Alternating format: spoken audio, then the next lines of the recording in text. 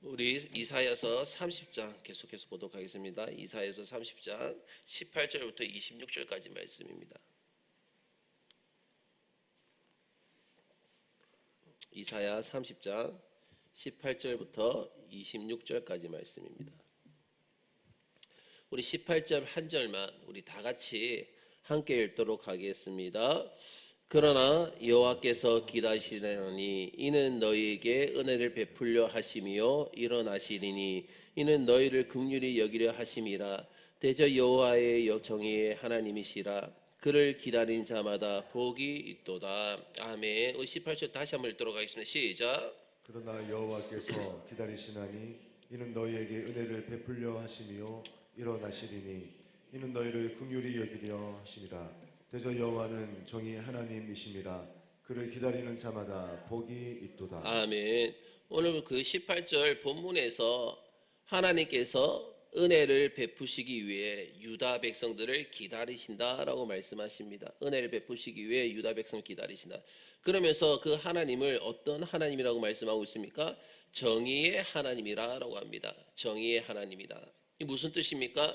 하나님께서는 유다 백성들에게 은혜를 베푸시긴 하지만 하나님께서 그 유다 백성들에게 은혜를 베풀려고 하고 계시지만 무조건 베푸시는 것이 아니란 겁니다. 무조건 베푸시는 것이 아니라 은혜 받을 만하게 만들어서 베푸신다라는 것입니다. 은혜를 받을 만하게 만들어서 베푸신다.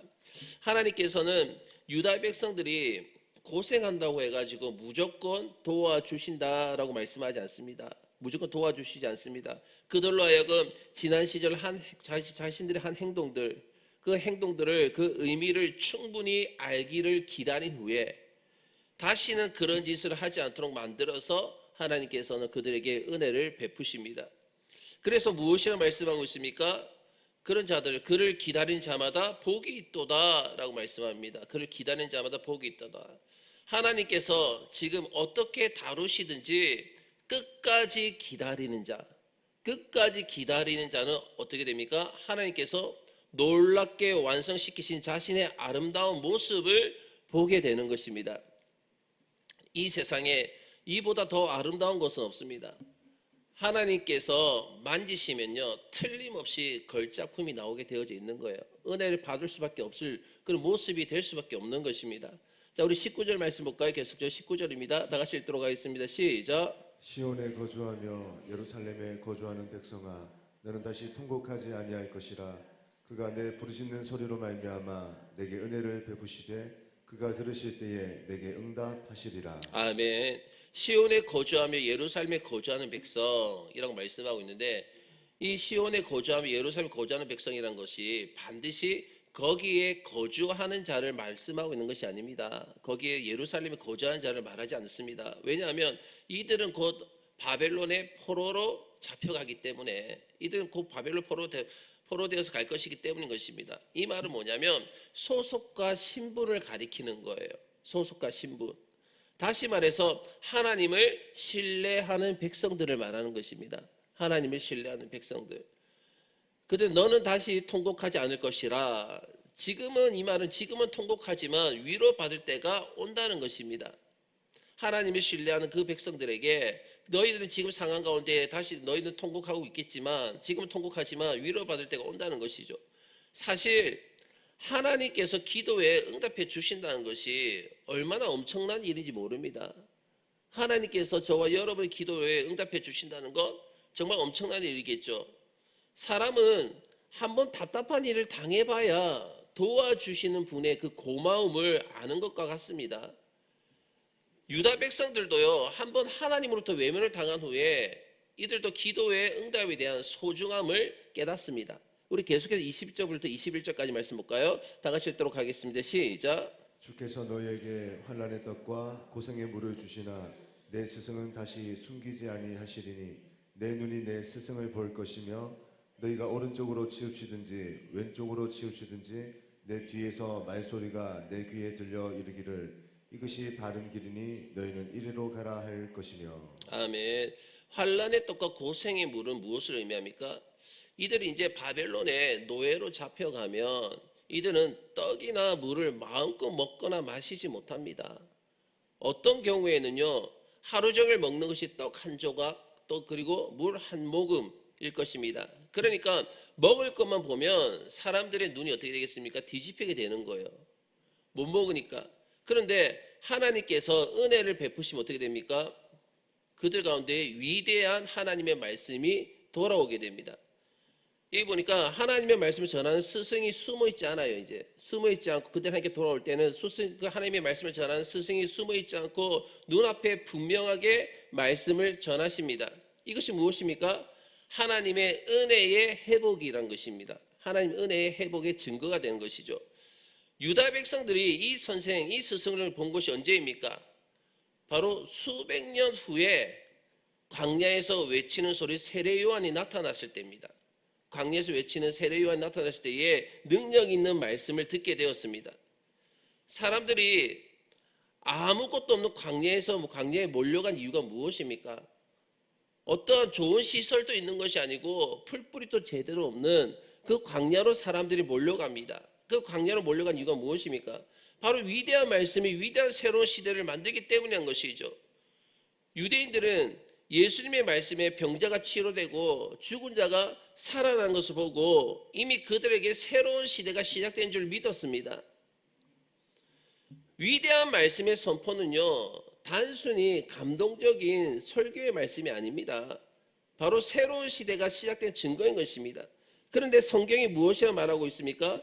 이 정도가 아니라 스승이 우리 한 사람 한 사람에게 바로 뒤에 붙어 서서 보니까 21절 말씀 보니까 오른쪽으로 치우치거나 왼쪽으로 치우치면 바른 길로 가도록 코치한다는 것입니다.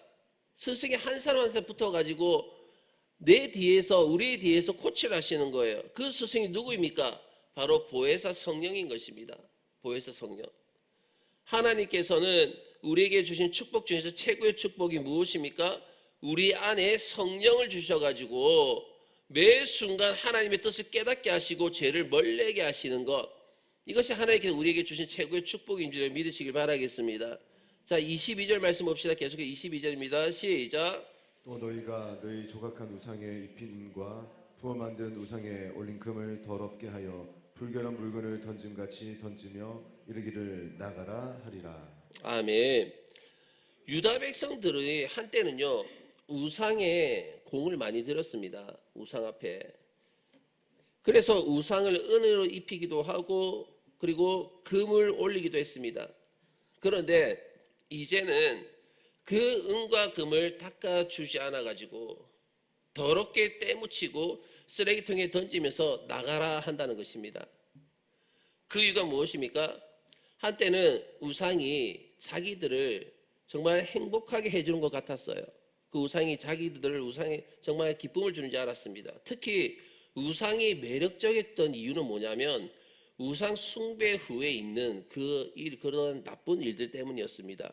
뭐냐면 성적인 타락하는 그런 일들이 있었기 때문에 거기에는 모든 것이 허용이 되었습니다. 근데 여호와 하나님 어떻습니까? 하지 말라는 것이 너무 많았습니다. 그리고 너무 많습니다. 하지만 그 결과가 무엇입니까? 하나님께서 유다 백성을 떠나셨습니다. 그들이 우상 앞에서 은을 입히고 금을 바치고 그 우상을 섬기고 그 뒤에서 타락한 행위들을 할 때에 여호와 하나님께서는 그 유다 백성을 떠나셨고 그냥 떠나신 것이 아니라 하나님께서 그들을 조용히 떠나셨던 것입니다. 자, 우리 계속해서 23절부터 24절까지 말씀 봅시다. 다 같이 읽겠습니다. 시작. 내가 땅에 뿌린 종자에 주께서 피를 주사 땅이 먹을 것을 내며 곡식이 풍성하고 기름지게 하실 것이며 그날에 내 가축이 광활한 목장에서 먹을 것이요 밭가는 소와 어린 나귀도 키와 새스랑으로 까부르고 맛있게 한 먹이를 먹을 것이며. 아멘. 그런데 하나님께서 이제 유다 백성들에게 은혜를 회복시켜 주실 때에는 바로 비를 주셔서 곡식 농사가 잘 되어서 풍성할 것이다 라고 말씀하십니다. 정말 이들이 우상을 섬겼을 때에는 하나님을 떠났지만 하나님께 떠나셨지만 이들을 이제 회복시킬 때에는 하나님께서 비를 주셔서 곡식 농사가 잘 되어서 풍성하게 할 것이다. 이 말씀을 보면 하나님께서 이 백성들을 물질적으로 풍족하게 풍성하게 하시는 뜻이구나 이렇게 생각하게 되는데 중요한 것은 24절입니다. 24절 말씀 보면 이 구절에는요 밭 가는 소와 어린 나귀가 나옵니다. 그런데 소와 나귀는 외모나 기질이 많이 달라요. 소나 외모, 소나 나귀는요. 그런데 키와 세스랑으로 까부르고라고 말합니다. 이건 뭐냐면 소나 나귀가 같이 타작을 한다는 뜻입니다. 같이 타작을 한다. 이게 왜 또 중요하냐면 율법에는요, 농사를 지을 때에 소나 나귀를 함께 메어서 일을 시키지 못하게 되어져 있었습니다.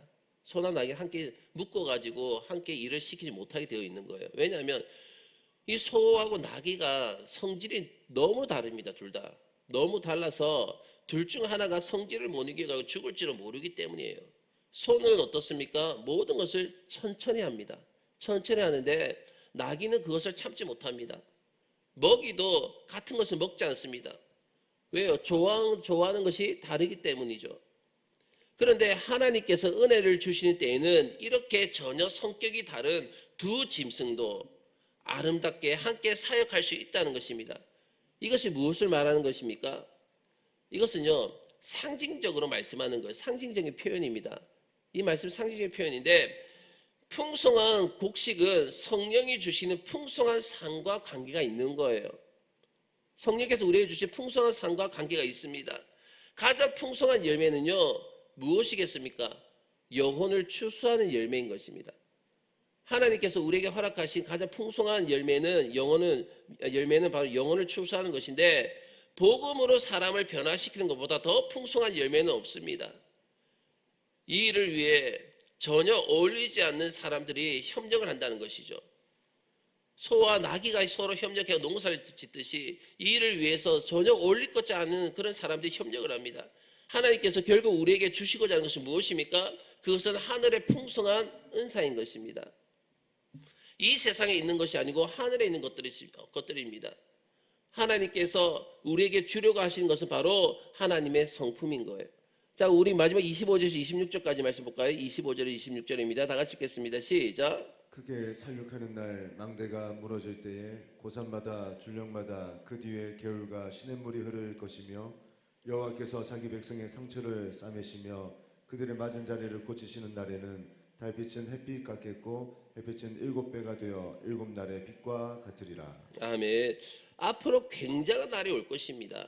앞으로 굉장한 날이 올 것인데 어떤 날입니까? 우선 크게 살육하는 날입니다. 크게 살육하는 날이고 망대가 무너지는 날이에요. 이거는 아주 큰 전쟁이 일어난 일을 이야기하는 것입니다. 망대가 무너질 정도라면 보통 철저한 파괴와 살육이 일어난 날이 아닙니다. 왜냐하면 망대는 망을 보는 것일 뿐만 아니라 주민들이 피할 수 있는 마지막 피난처이기도 하기 때문인 것입니다. 그런데 그때에 고산마다 줄령마다 겨울과 시내가 흐른다라고 했습니다. 이것 또한 상징적인 표현이에요. 상징적인 표현인데 그리스도께서 철저하게 죄를 이기시는 날을 의미하는 것입니다. 예수 그리스도께서 죄를 철저하게 이기시는 날, 그날이 언제입니까? 그리스도께서 십자가에 위에서 죽으시는 날이에요. 십자가에서 죽으시는 날. 그때에는 그동안 비가 오지 않던 고지대까지도 시냇물이 흐를 것입니다. 다시 말해서 온 세상에 보편적으로 하나님의 은혜와 구원이 이루어지는 거예요. 예수 그리스도께서 십자가에서 죽으시는 그날에 고지대까지 시냇물이 흐른다는 말이 뭐냐면 하나님의 은혜와 하나님의 구원의 역사가 온 세상 가운데에 흘러간다는 것입니다. 그때에 하나님께서 그 백성들을 치료하시는데 무엇을 치료하십니까? 무엇보다 그들의 상한 마음을 치료하여 주십니다. 그들의 마음속에 기쁨을 주시고 평안을 주시고 그들의 마음속에 위로를 주십니다. 그러니까 시냇물이 심령 속에 흐르는 위로라는 것입니다. 그리고 빛이 얼마나 밝은지 달빛이 햇빛 같고 햇빛은 7배나 밝을 것이다 라고 합니다. 하루 햇빛이 7날의 빛을 모은 것처럼 밝다는 거예요. 7일 동안 비춰진 그 햇빛을 다 모은 것 같이 밝다라는 것입니다. 이것은 뭐냐면 그때의 진리의 통찰력이 나타나는 거예요. 진리의 깨달음들이 나타나는 것입니다. 성령께서 하나님의 진리를 밝혀주심으로 과거와 비교할 수 없을 정도로 진리에 대한 통찰력을 갖게 되는 것이고 그 하나님의 말씀에 대한 그런 깨달음이 더욱더 과거에 비해서 엄청나게 밝아지는 것입니다. 이런 것을 우리 모두에게 주시는 시대가 온다는 거예요. 그때가 언제입니까? 바로 지금입니다. 바로 지금. 우리 안에 계신 성령은요, 우리의 모든 상처와 그리고 아픔을, 이 모든 것들을 우리 내 안인 성령께서 다 치료해 주십니다. 열등감이나 죄책감이나 울분이나 그리고 원통함까지 다 치료하여 주시는 것입니다. 그리고 진리에 대한 환한 깨달음을 주십니다. 진리에 대한 환한 깨달음을 주셔서 속지 않고 하나님이 기뻐하신 뜻을 스스로 발견하고 행하게 하십니다. 과거에 사람들은요, 참으로 어두운 빛 가운데에 살았습니다. 어떤 사람들은 동양의 윤리를 희미한 별빛이라고 했습니다. 우리 조상들은 너무나도 희미한 별빛 아래서 수천 년을 걸어왔습니다. 샤머니즘 가운데에 수천 년을 그 별빛이다라고 바라보면서 걸어온 거예요. 미신과 우상은요, 그래서 그들의 삶을 지배했습니다. 그러나 지금 어떻습니까? 환한 대낮이란 것입니다. 누구든지 주의 이름을 부르는 자는 구원을 얻을 수가 있습니다. 누구든지 원하기만 하면 변하여서 새 사람이 될 수가 있습니다. 지금 우리가 그 시대를 살고 있는 것입니다. 그리고 하나님께서는 이 시대 가운데 우리에게 가장 풍성한 열매를 맺기를 원하십니다. 그 풍성한 열매가 뭐냐면 바로 영혼을 구원하는 것입니다.